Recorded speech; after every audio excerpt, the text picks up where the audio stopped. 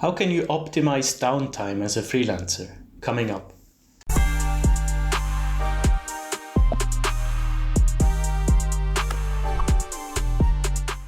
Hello and welcome back to the Freelanceverse. I hope you're having a good day. Thanks for coming back to the channel.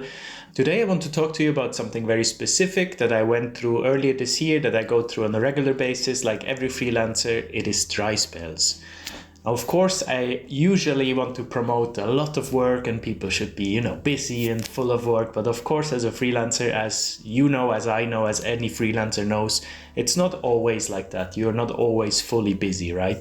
For me, most downtime is usually at the beginning of the year.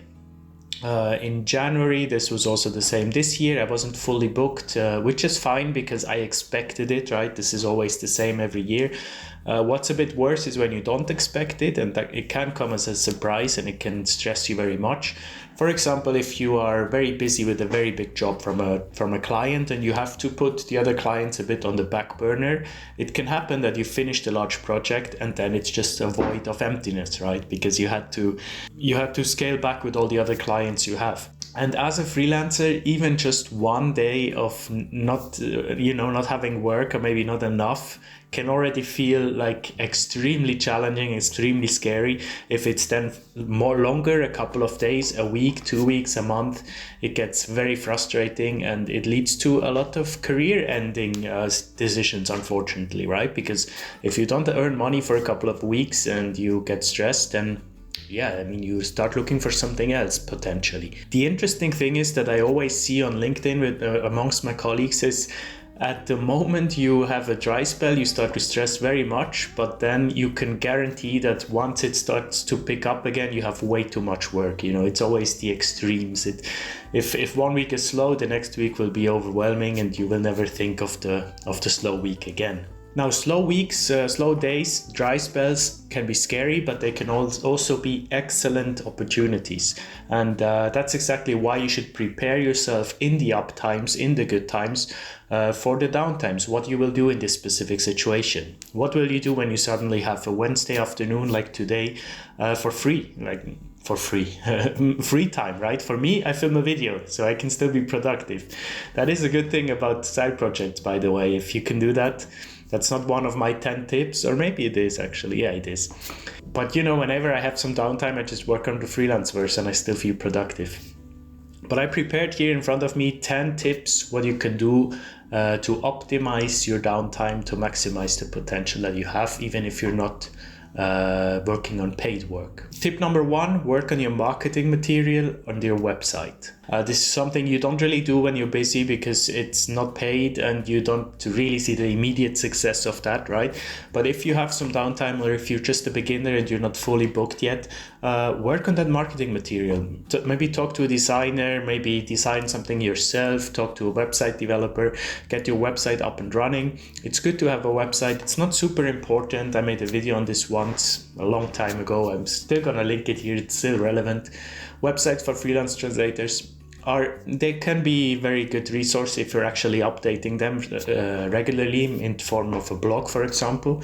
Otherwise, people will not really find you on there. But it's still good to have one. Just if people do research on you, they see a professional website, it still helps. So work on your marketing material is the number one thing you should think of when you have some time off. Number 2, LinkedIn. Work on your LinkedIn page, not only the personal, like the one of you as a person, but also the professional page, right? You have a company, so you should have a professional page, even if it's only for the little icon in your LinkedIn profile. It just looks professional and people will find you more easily. LinkedIn has a very high ranking in the search engine. So the more content you have on there, the easier people will find you.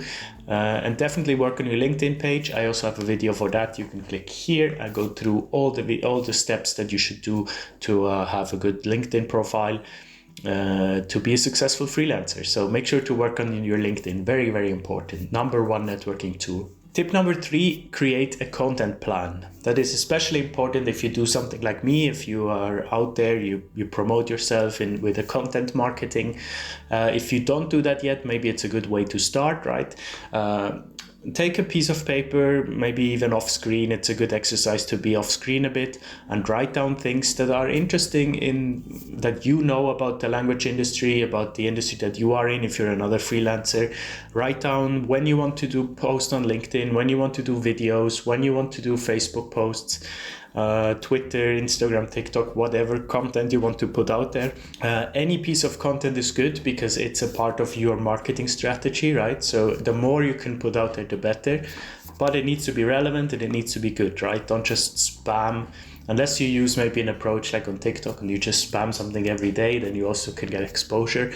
But really work on a concise content plan that has your branding all over and your kind of feel, your vibe that you want to portray with your business.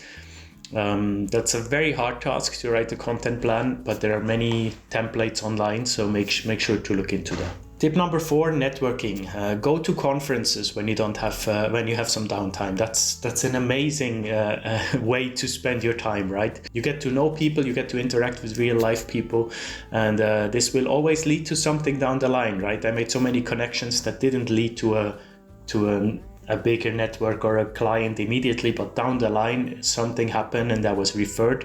Ask your clients for referrals, for recommendations online. Like LinkedIn has a specific part where they can recommend you, right? And just make it easy for them. Write your best clients and tell them, hey, I'm working on my networking, I'm working on my LinkedIn page. Would you mind writing a recommendation for me? If you would like, I can already write one for myself and you can just sign it. Make it as easy as possible for them. All of these networking things help a lot. Reach out to people, talk to your peers, go to webinars, go to online events and co-working spaces, as much networking as you can. Tip number 5, an obvious one, continuous professional development, CPD. Work on your skills, take courses, take webinars, online courses, real life courses. Go back to university, just read magazines, study, watch videos, watch YouTube videos like this one. Do as much as you can within your industry to become an expert, right? Any second that you spend not learning something is kind of wasted, unless, of course, you're relaxing. This was too much. I take that back, this was too much. But whenever you can and whenever you're not relaxing, you should think about how you can make your mentality and your mindset better and stronger. Number 6, explore new tools. Tools are important. Technology is racing like crazy. It's so hard to keep up with all the tools. And sometimes you just lean back and you relax and that's it. And then suddenly you realize you're working with a cut tool from like 15 years ago, right? Look up new tools, try to get into it, try out, I don't know, speech recognition, subtitling. Maybe you can even explore a new service for yourself. A new AI tool, a new machine translation implementation, etc. Just look up, they are all out there, right? You just need to spend a few minutes or a few hours researching and then explore the new tools. I'm currently exploring speech recognition, Dragon. I'm about to make a video about that as well, so stay tuned for that. Number 7, reach out to existing clients, right? If you don't have work, if you have downtime, it's not only about finding new clients, more on that in the next point. It's about reaching out to existing clients, because it's so easy to just write an email to your existing clients and tell them, hey, at the moment I have a lot of availability, can you please send me more work when you have something. I do this all the time, right? When I see in the morning my day is not filled, I write to my clients and they send me something and my day is filled. But if I didn't do that, I would sit on my ass and just wait around, right? So be active, be proactive, reach out to your existing clients, tell them you are available so they know, so they will send you, they will have you on top of their minds. Number 8, the other way around, cold calling, right? Go for new clients. This can be exhausting and frustrating, but it is part of business. So I will soon make a video on how to approach direct clients. I already made one to how to approach agencies. You can click here, and also a tip, like tips how to find clients. That's my most viewed video that is here. So there's so many ways you can approach that. Cold calling is tough. It's not something I like to do. It's not something anyone likes to do, but it's part of business, and especially when you have downtime, it's immensely important that you do it. Number 9, keep your routine as if you were busy. That's really important, because if suddenly you start to sleep in, you start to, go out all the time, I don't know, just if you are not available, then when the moment comes that you should be available, you will not be there and someone else will take the opportunity, right? So I would recommend you, even if you don't have work, just keep to your routine. If you start at 8 a.m., also start if you don't have work, because as I said, there are 10 things that you can do in that time, right? There is never nothing to do. So I would recommend to stick to your routine that you have, if you have a strict routine. If you don't, then it doesn't matter. But number 10, very important, especially if you're usually very busy and then you have some downtime, relax, take a rest. It will change. I mentioned this in the beginning. For me, when I have downtime and I start to get stressed, I guarantee you the next week I'm overwhelmed with so much work. So I learned to just accept it, take rest, be okay not to be busy, work 4 hours and then enjoy the rest of the day, Yeah, stay positive, take vacation in that time as well, because you don't want to take vacation when you're busy, because that costs a lot as a freelancer. So take vacations when you realize, oh, I don't have actually anything to do. Might as well take a week off and then come back stronger after that. So allow yourself time off. Don't stress too much. Everyone goes through the same cycles. It is part of what we do. But with these 10 tips, I hope you can get out of it quicker than you would have before. Thanks for watching. Make sure to scroll down, like the video and subscribe to the channel. It's still going very strong. This video goes out somewhere in April. I'm currently traveling, but thank you for being here. I will see you next Monday with the next one. Bye bye.